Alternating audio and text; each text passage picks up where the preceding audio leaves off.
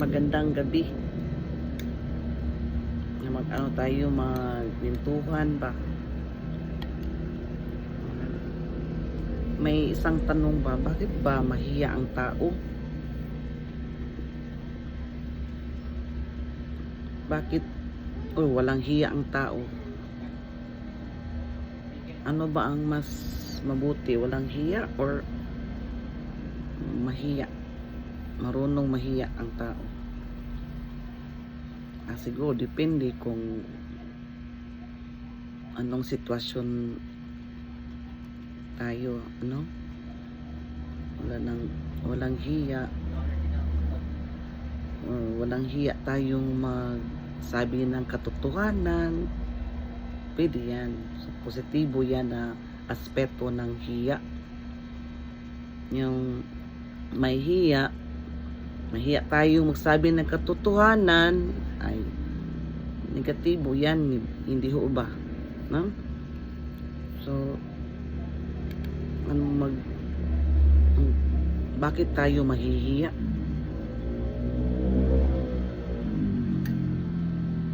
Dahil ba siguro dahil sa iba't iba ang ating kanang orientasyon ba. Para sa akin, ako ay mahihiya pag hindi ako preparado, kulang ako sa preparasyon.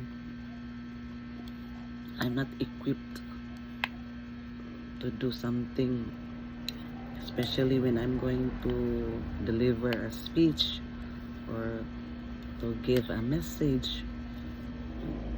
If I'm not prepared before the event, wala na. Walay na si Ma'am Piatat. Magkaihik na sa kauwaw. Pero kung preparado, handang-handa,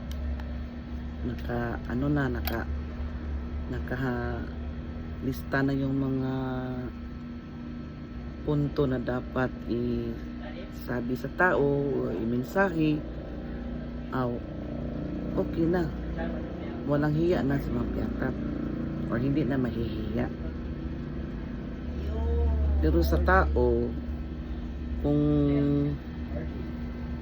iba naman ang orientasyon sa iba, no? Nahihiya sila kasi may kasalanan silang nagawa. Katulad ni Adan o ni Iba.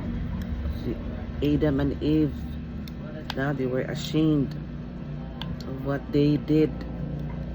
They disobeyed the Father who created them. The Holy Father who created them in the Garden of Eden. So they are ashamed because they saw themselves naked. They felt naked in the eyes of others. So the most important factor that will affect the shame that a person will have is this sin, sala. The major factor is sin. Kung makasala ka ba, talagang mahihiya ka sa taong kayo ay may kasalanan o makasala kayo sa kanya. Talagang mahihiya tayo. Hindi man ako exempted yan. Ako rin, pag makasala ko sa isang tao ay mahihiya ako sa iya, mag-atubang, umarap sa kanya. Tulad din sa ating Panginoong Diyos,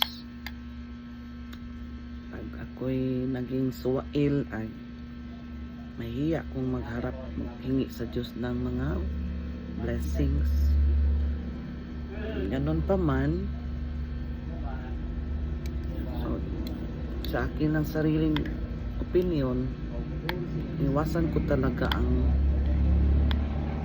pagkasuwail, pagkasala. And I will try my very best with God's grace not to commit sin against God. However, I'm not perfect. I have this trust in God and look upon His heart to forgive me after asking forgiveness. For sure, God will forgive. Then renew again my heart. And asking again God to strengthen me, to avoid me from committing sins. Yan lang. Kayo ba ay mahiyain? O kayo ba ay walang hiya? O kayo ba ay mahiya? Yan lang. Comment down below.